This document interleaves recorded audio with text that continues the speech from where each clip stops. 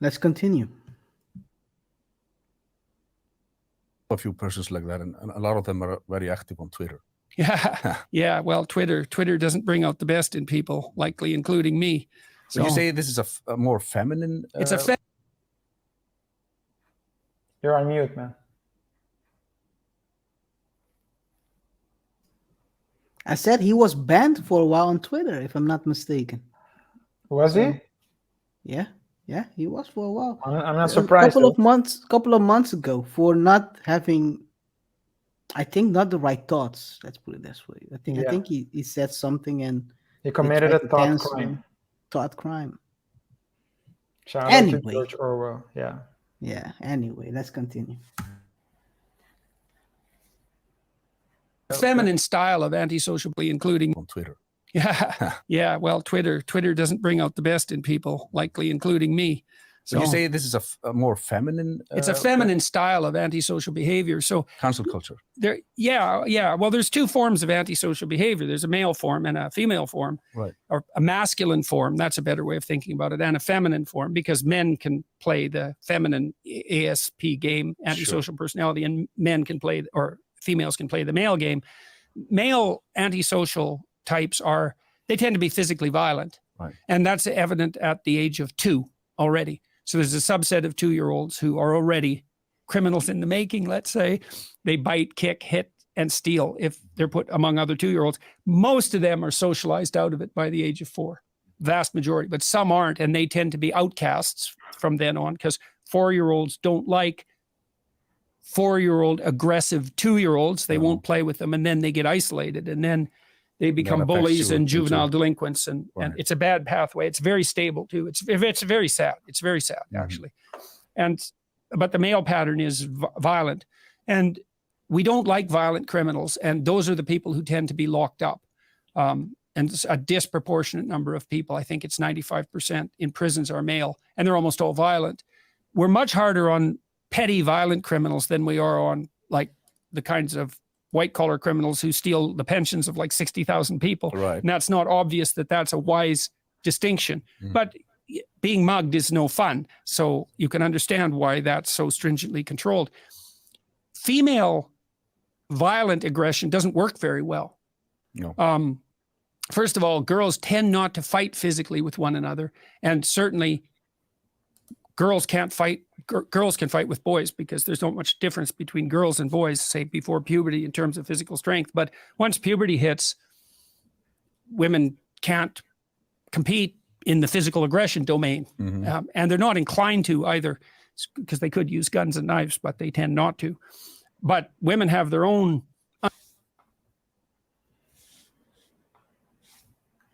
You're on mute again. I didn't even mute myself. Anyway, I don't know. The exception, I think it's he pointed it out that women can use violence, but they don't, even though they can use knives, guns. So he's very detailed about his explanation of this part. Yeah.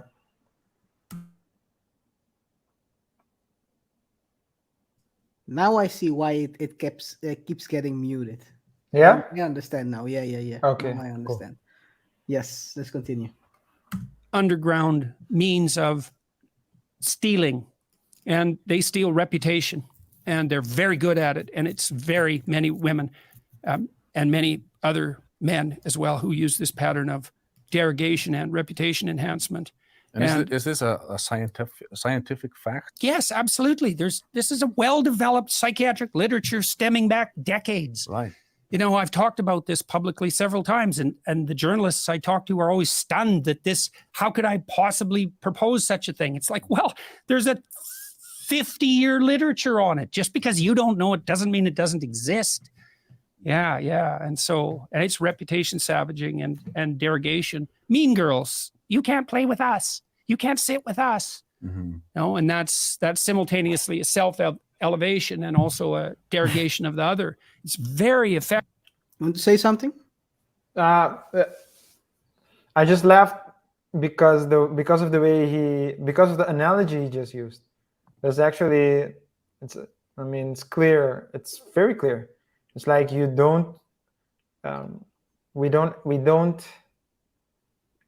How did Chris Rock? Chris Rock had a bit about it. He said, I think he said, we like you, Karen, but you're just not a Kappa. So something to that extent. I'm butchering it, Okay. but it's like, yeah, you can continue. Effective and very pernicious and extremely difficult to control. Like, what do you do about it? If you're a girl and you're isolated and shamed in that way, what can you do?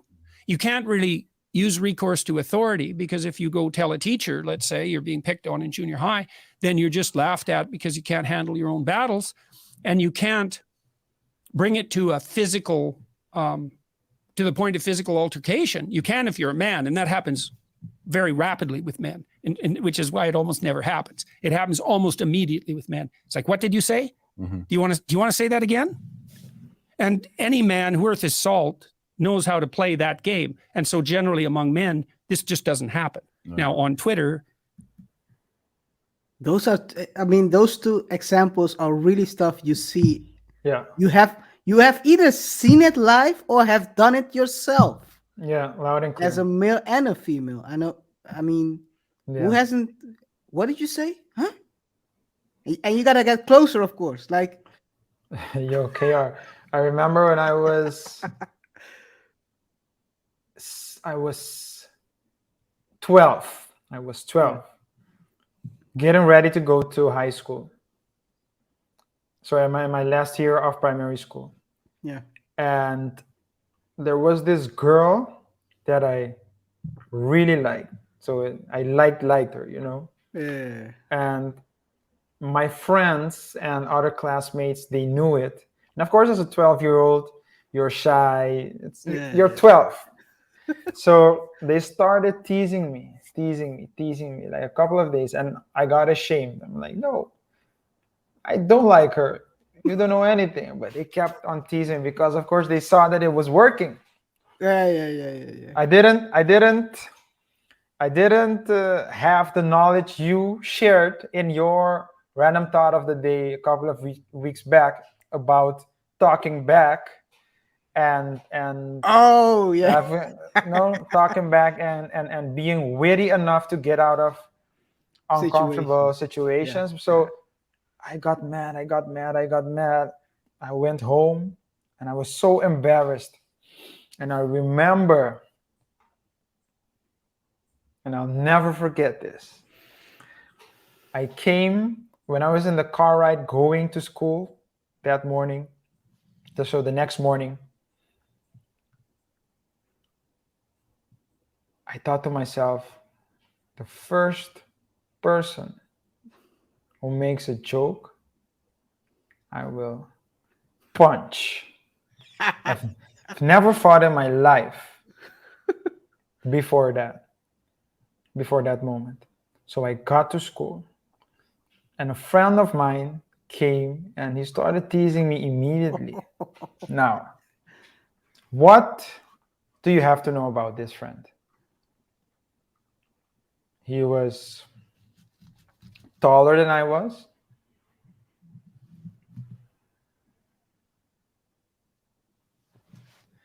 He was more athletic than I was.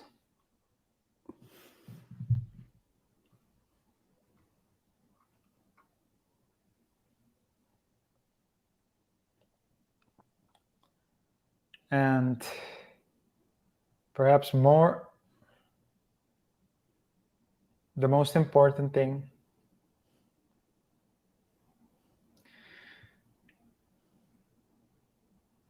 he was the national karate champion Oh man. of his age group. So I went and he teased me and I was so mad. He turned around. I remember I balled my fist. Gang. I didn't throw a straight punch. I didn't throw a straight punch. I did something. It came like from I don't know what I did. It's like I was swimming, man. haymakers. I hit him between his shoulder blades. Oh, Didn't do any damage. oh man. He Should've- turned around. Chokehold, man. What the heck? I didn't know You're jujitsu 12, by you're then. I 12, didn't know you're 12. jujitsu. Okay, yeah. I didn't know jujitsu by I then. guess that's why you're doing it now, right? I'm doing it for a reason.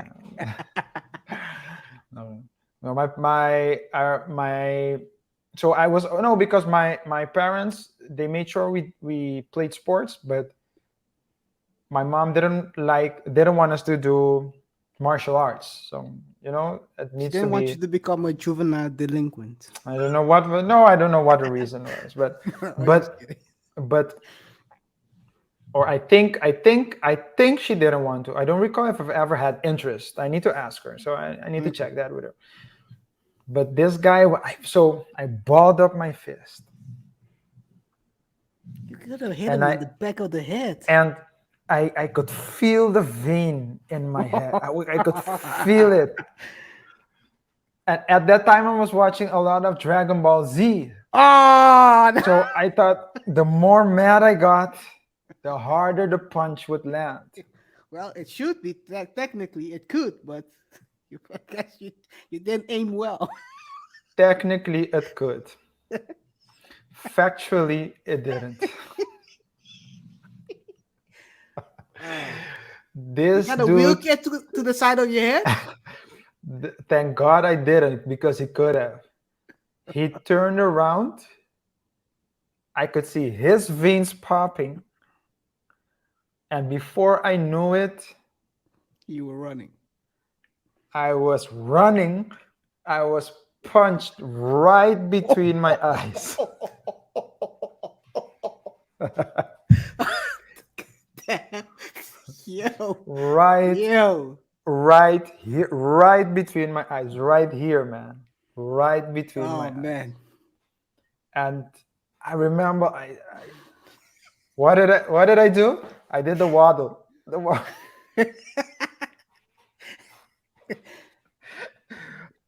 You started doing the AB dance. Oh man. Yo, Oh. I was all over the place. I could see stars all around me.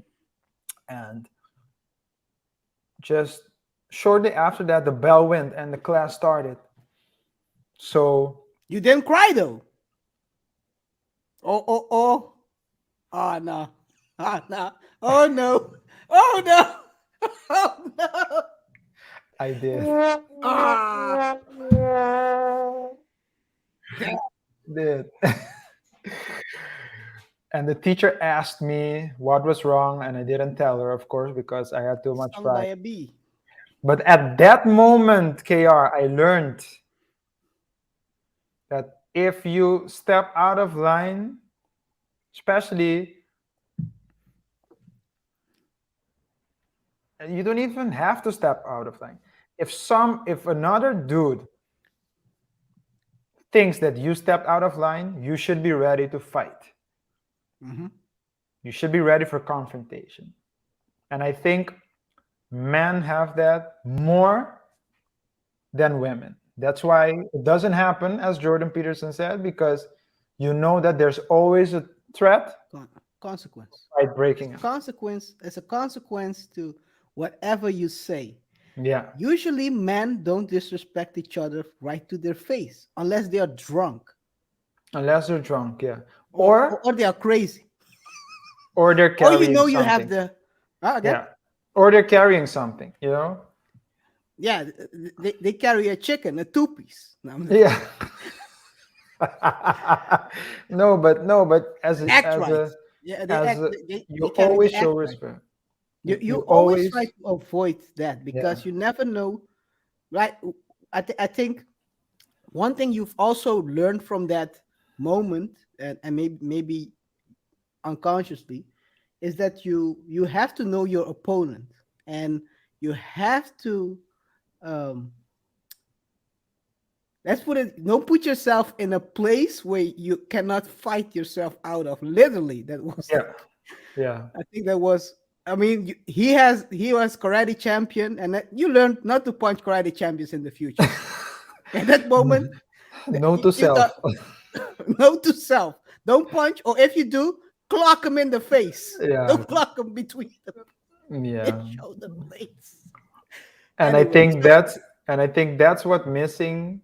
That's what's missing on Twitter and on on social other media, there social is no media. there is no consequence. You can don't say get whatever punched. you want to. Yeah. You will not get. Well, let's put it this way. People are not crazy enough to find your IP and punch you. Some of them are, because I know Some- in the past that people have drove to people's house and it deleted someone over a tweet. So Yeah. yeah, Yeah. but in general, there is no consequence. It's an exception. It's not the rule. Yeah. It's an exception, guys. It's not the rule. But there is no consequence. So people say do whatever they want to. Yeah.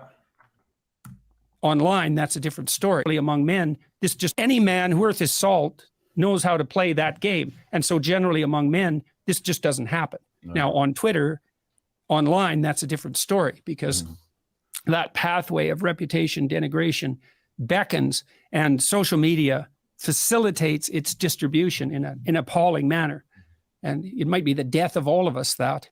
So the incentive structures on the social media platforms, the social communication platforms, are wrong, because the antisocial, psychopathic, Machiavellian, narcissistic types who use reputation derogation are privileged in their communications and not punished. And that's a very bad idea.